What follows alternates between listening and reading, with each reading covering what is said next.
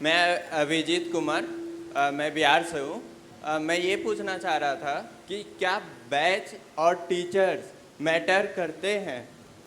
क्योंकि मैंने पिछले बार एग्ज़ाम दिया जेईई मेंस और एडवांस का, तो मुझे ऐसा लगा कि कहीं ना कहीं ये भी कुछ ना कुछ तो मैटर करते हैं। क्या ये करते हैं? मैं ये पूछना चाह रहा था। तो मेरे हिसाब से बैच और टीचर्स दोनों ही मैटर नहीं करते हैं।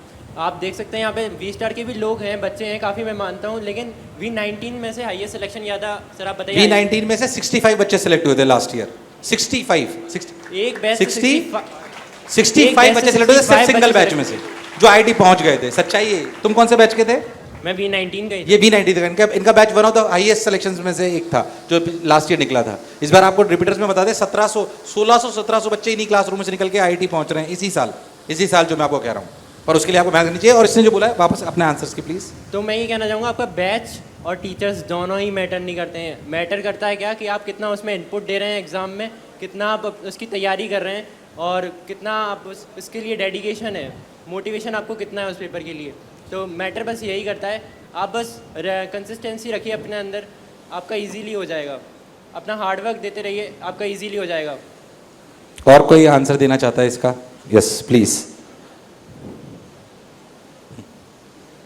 या इसमें एक इनपुट मैं देना चाहूँगा कि लाइक मोस्ट ऑफ एन ऐसा होता है कि बैच के रिगार्डिंग एक मिथ होता है कि हाँ उस ऊपर वाले बैच में ज़्यादा अच्छे क्वेश्चन करा रहे हैं, हमारे बैच में आसान क्वेश्चन है।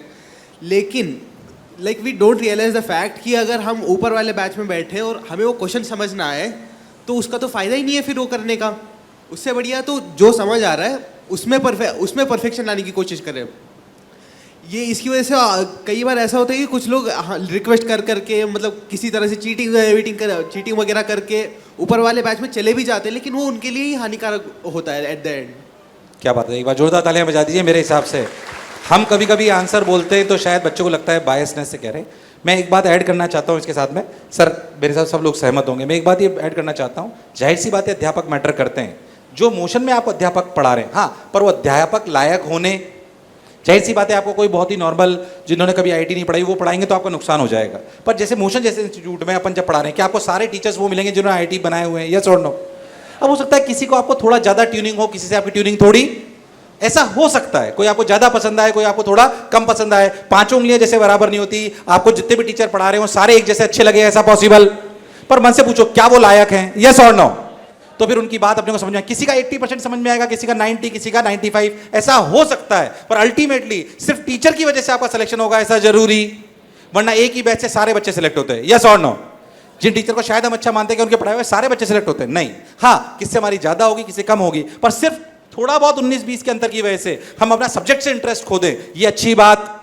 बच्चे कई बार परेशान, अरे सर ये सर चले गए, अब मैं नहीं पढ़ूंगा, ऐसा कभी कभी सुन लेते हैं हम चाहते हैं कि आपको आपकी इच्छा के अनुरूप दे सके, पर क्या हर बच्चे को हर लेवल पे इक्वली हर टीचर को सेटिस्फाई कर पाना पॉसिबल नहीं है? ऐसी मैपिंग नहीं हो सकती, it is not practically possible. पर हम आपको सारे अध्यापक अच्छे देंगे जो आपको आईटी तक पहुंचा सकते हैं, पर आपको उन पर ट्रस्ट होना, सही बताऊं तो सिलेक्शन होगा अपने अध्यापकों पे और सिस्टम पे श्रद्धा से।